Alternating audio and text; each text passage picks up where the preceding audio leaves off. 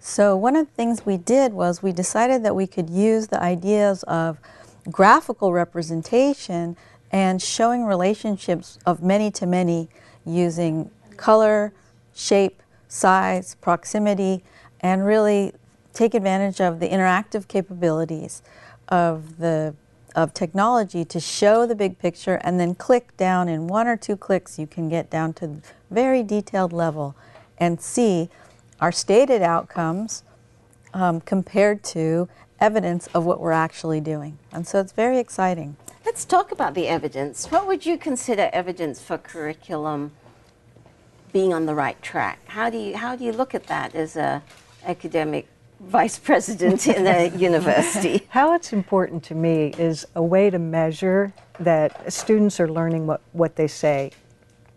What they should learn. What they should learn, yeah. Exactly. So we have, as Valerie said, these course objectives, which are just sentences that say a very specific thing. The student will understand how to take a blood pressure. Yeah. And that would be an objective. Yes. Then the evidence would be, oh dear. Yeah. What was the evidence? The evidence would be that the student could put the blood pressure cuff on and actually watch the mercury go up, or actually watch the digital, which we have now, and determine the right blood pressure.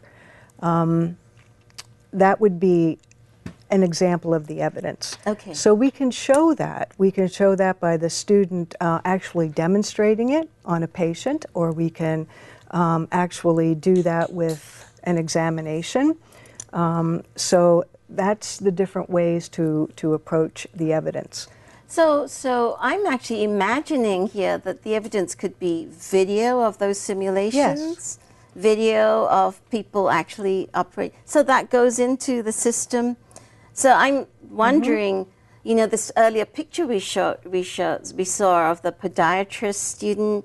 He was handling the African-American lady's foot with such compassion that I could imagine that, well, that's evidence of compassion, you know. And so the fact that you actually have a system that can use this latest technology and go all the way down to show that, yes, this person is demonstrating compassion. It's marvelous. It is. Right. And it really makes a big difference, because not only can we demonstrate things like compassion through videos, through the other kinds of evidence. For instance, there are PowerPoints, there are written papers, there are research documents, also can demonstrate compassion. So let's take a look at how you do this. Okay, so what we did was, you can see these small little dots at the top are little patches of color, and each of the colors represents one of the core institutional learning outcomes. So we have, and then each of these blocks here, these kind of color bars, each one of these color bars represents a academic program learning outcome. So these are a little bit lofty statements, for instance, addressing issues like respect and analysis and research and other kind of broad issues. And each of these little dots down here, which are very small on the screen but legible, represent the course learning outcomes. So this course learning outcome, so what we see here is all in this program learning outcome, this only maps to one color, which is a kind of red-pink, which correlates with leadership. Okay. And so this program learning outcome deals with leadership. Down here you see this course learning outcome, only the blue is selected, maps to clinically competent. So then how do you actually go down to see the evidence that leadership is being covered in that course? I can click on this course learning outcome, and I can read here the text of the program learning outcome, the text of the course learning outcome, and I can actually click on the evidence.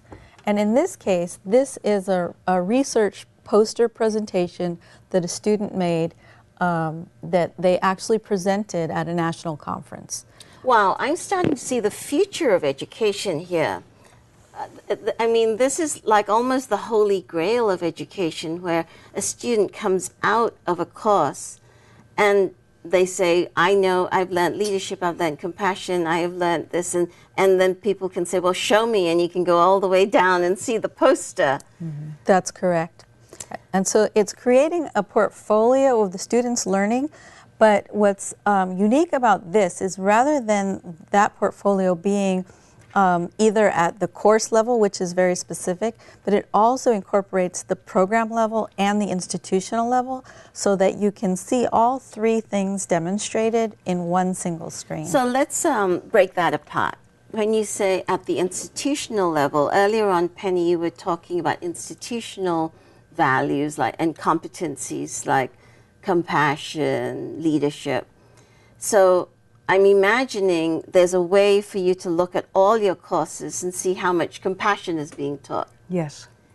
Or not taught. Exactly. So tell me what happens when you look at a course and there's no compassion being taught. What happens? What's the discussion that goes on? Well, we talk about that, and we first of all, we say, well, maybe if this course is about physical diagnosis in some way, the compassion, if it doesn't appear in that course, that's okay. So we kind of unwrap the exact content around it to determine, oh dear, do we not have enough information about leadership in the curriculum, or is it okay in this particular course that we're not focusing on that? So it really drives the faculty to look at the material that's being covered, and are we covering all of the institutional objectives or values that we think are important? Not necessarily in every course, but in the entire program. Wow. So the conversations are about, are we covering that content? So let's take a look at how we might actually have that discussion with a faculty member. What would you look at in this curriculum assessment? I would want to look at the blue colors that you're seeing on your screen, Yeah. which talk to clinical competence and communication. And I would want to make sure that in health science, a large percentage of the content covers that area. You want a good clinician to take care of you. Yes. You also want someone who can be compassionate, someone who can demonstrate ethical behavior, someone who has an idea of information technology and informatics. So you can look at that, and you would see those colors not as densely. The information technology would be that little orange dot that you're looking at the screen. Valerie's pointing to it for us. That color doesn't appear very much there. So we can say, yes, we talk about information technology in that department, but not a lot. But look for the greens and the blues, and they're there in number. So it gives you an idea of the percentage, if you will, of curriculum that's about a particular broad objective. So let's now shift to what this means for education and for health. Let's put down the demo. Okay. We can put down that thing and connect as people. So you've got a way to show a huge amount of information with colors and pictures in such a way that you can have intelligent discussions about topics that have been difficult to talk about in the past with your faculty. What kind of difference has that made? How long has Valerie been doing this, and what has happened in Samuel Merritt as a result? You've been doing this with us for about 2 years. We started the process for an accreditation process we were going through. And what became apparent to us in the very beginning was we didn't have a system. We didn't have a really valid system to look at how are we measuring this.